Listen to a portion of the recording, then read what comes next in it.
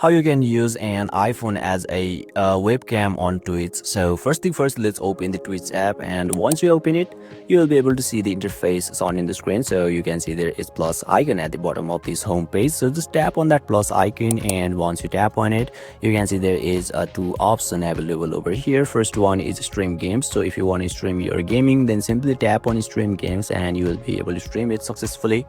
And you can see another option, that is stream IRL. So simply tap on that option, and once you tap on it, you can see it is asking us to enable the microphone and camera of our mobile phone. So we simply need to enable this both, and yeah, you will be able to use an iPhone as a webcam on Twitch successfully. So basically this is how, and this is the process to use an iPhone as a web camera on Twitch. And if you still encounter any issue during this process, feel free to leave a comment and I'll be happy to assist you. Thank you for watching, and I'll see you next time.